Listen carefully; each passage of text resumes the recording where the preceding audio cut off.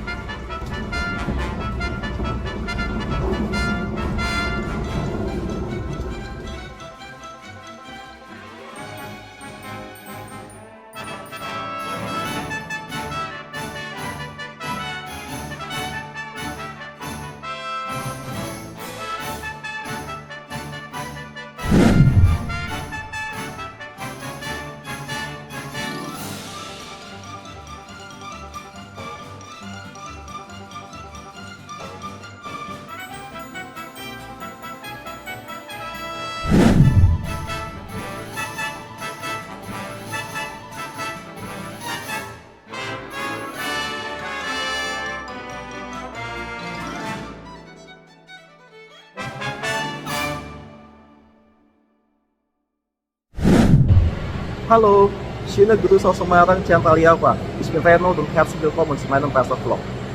So, nach 5 Stunden Reise mit dem Zug bin ich hier in der Stadt angereist. Ich bin vom Gambir Bahnhof Jakarta um 7 Uhr abgefahren und um 12:10 Uhr bin ich im Semarang Tawang Bahnhof angekommen. Der Bahnhof hier liegt in Kota Lama oder in der Altstadt von Semarang. Es ist eine der meistbesuchten Touristenattraktionen hier in der Stadt. Ich war noch nie in Kota Lama. Und weil es für mich das erste Mal ist, hier zu sein, dann habe ich mich entschieden, in einem Hotel in Kota Lama zu übernachten. So, ich möchte mich jetzt auf den Weg zum Hotel machen. Kommen Sie einfach mit, gemeinsam entdecken wir Semarang.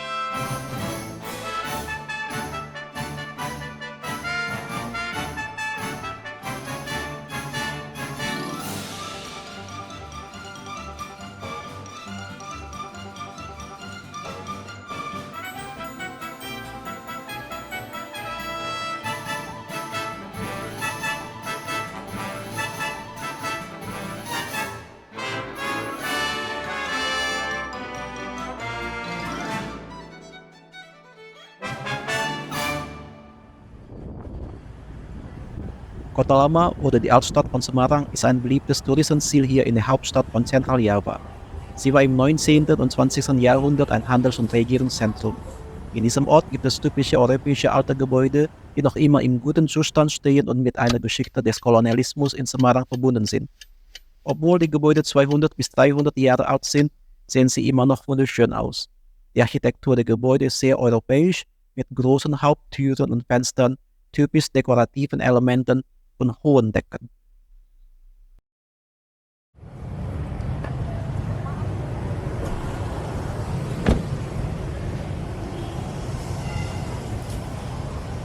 So, ich bin gerade in meinem Hotel angelangt. Dieses Hotel war früher ein Bankgebäude. Das Gebäude wurde dann renoviert und zu einem Hotelgebäude mit 4 Etagen und einer Dachfläche umgebaut. Obwohl es sich in der Altstadt von Semarang befindet, die eigentlich ein Kulturerbegebiet ist, ist dieses Hotelgebäude kein Kulturerbe, sodass es renoviert und in ein Hotel umgewandelt werden konnte. Dieses Gebäude wurde in den 1980er Jahren erbaut, also noch nicht so lange her im Vergleich zu den anderen alten Gebäuden in dieser Gegend.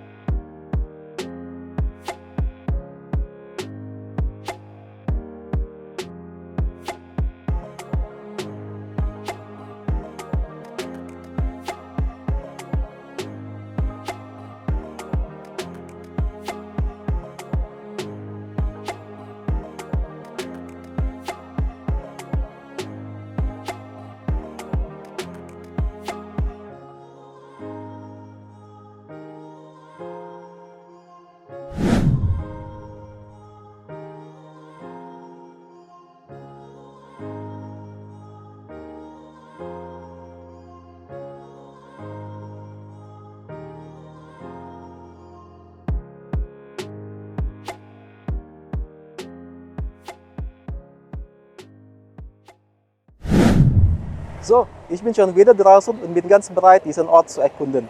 Ehrlich gesagt mag ich dieses Hotel sehr, weil es direkt in Kota Lama liegt.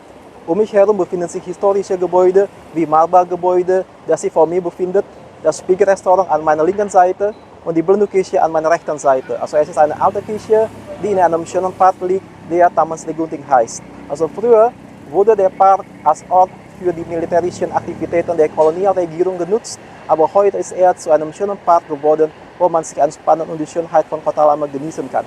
So, als erstes werde ich Ihnen das Spiegelrestaurant zeigen, da werde ich mein Mittagessen haben. Los geht's!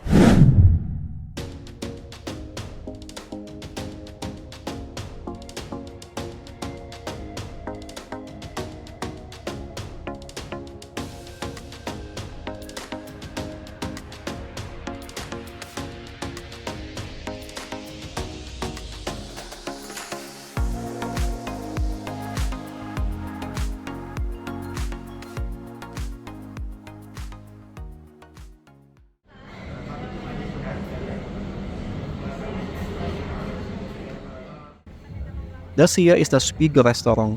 Es wurde 1895 von österreichisch-ungarischen Kaufleuten gegründet, unter denen Hermann Spiegel hieß. Deshalb war es damals als Laden namens Spiegel bekannt, was an der Außenseite des Gebäudes bis heute zu sehen ist. In dem Laden wurde alles verkauft, von Kleidung bekannter Marken bis hin zu Wohnaccessoires wie Öllampen.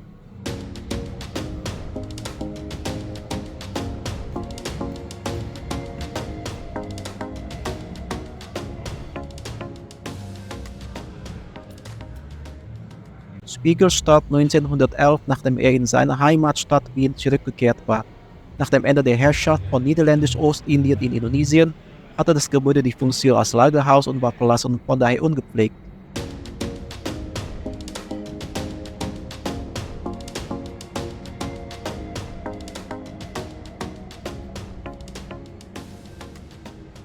Erst am 8. Juni 2015 war dieses Gebäude nach langer Restaurierungszeit zu einer Bar geworden, die Spiegelbar und Bistro heißt. Das heißt, seine Funktion hatte sich von einem Laden zu einem Lagerhaus und jetzt zu einem Ort zum Essen geändert. Spiegel ist besser bekannt als kulinarischer Touristenort in Semarang, der europäisches, asiatisches und eine Vielzahl von Brot und Kaffee serviert. Das klassische Ambiente ist die Hauptattraktion dieses alten Gebäudes.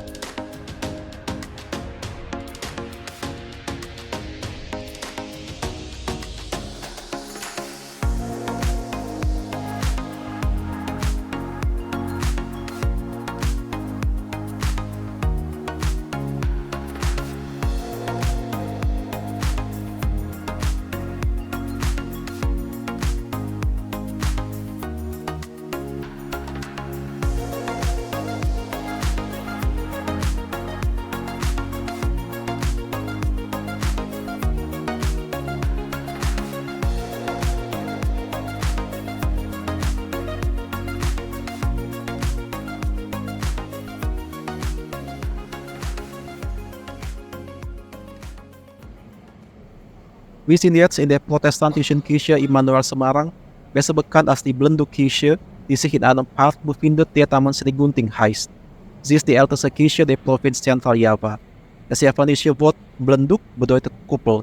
Sie ist 400 Quadratmeter groß und wurde 1753 in achteckige Form von den Niederländern errichtet, die früher in dieser Stadt lebten. Die Kirche hat typisch klassische europäische Architektur und die Kuppel ist typisch für die neoklassizistische Architektur. Die Kuppel ist groß mit Bronze überzogen und im Inneren befindet sich ein Barockorchester. Die Kirche ist auch ein kulturelles Erbe.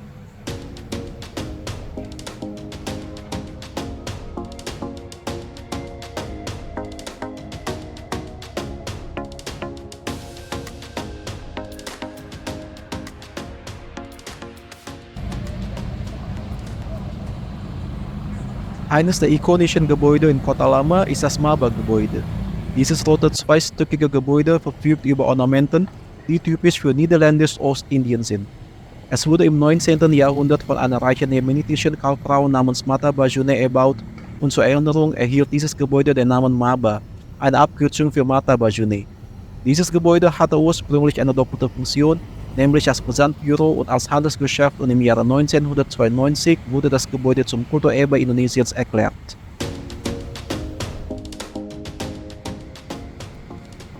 Das hier ist das Gebäude von Jiwasraya Versicherung und ist auch eines der Kulturerbe-Gebäude in Kota Lama. Es wurde um 1916 nach dem Entwurf des niederländischen Architekten namens Herman Thomas Cassen erbaut. Ursprünglich war dieses Gebäude das Büro von einer niederländischen Lebensversicherungsgesellschaft, die seit dem 31. Dezember 1859 in Niederländisch-Ostindien präsent war.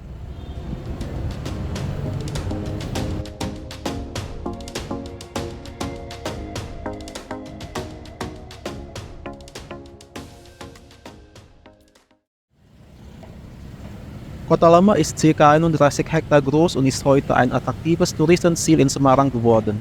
Dieses Touristengebiet ist definitiv eine Attraktion für diejenigen, die sich für die Geschichte von Semarang während der Kolonialzeit interessieren, weil es ein stiller Zeuge der indonesischen Geschichte ist während der niederländischen Kolonialzeit über mehr als 2 Jahrhunderte.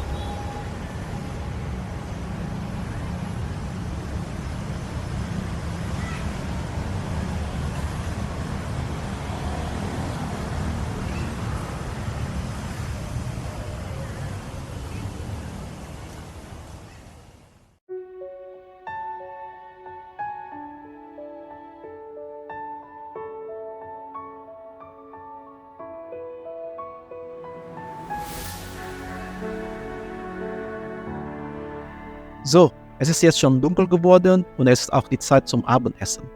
Es fällt mir auch nicht schwer, ehrlich gesagt, Essen in dieser Gegend zu finden, weil es hier eine Menge Restaurants und Cafés gibt.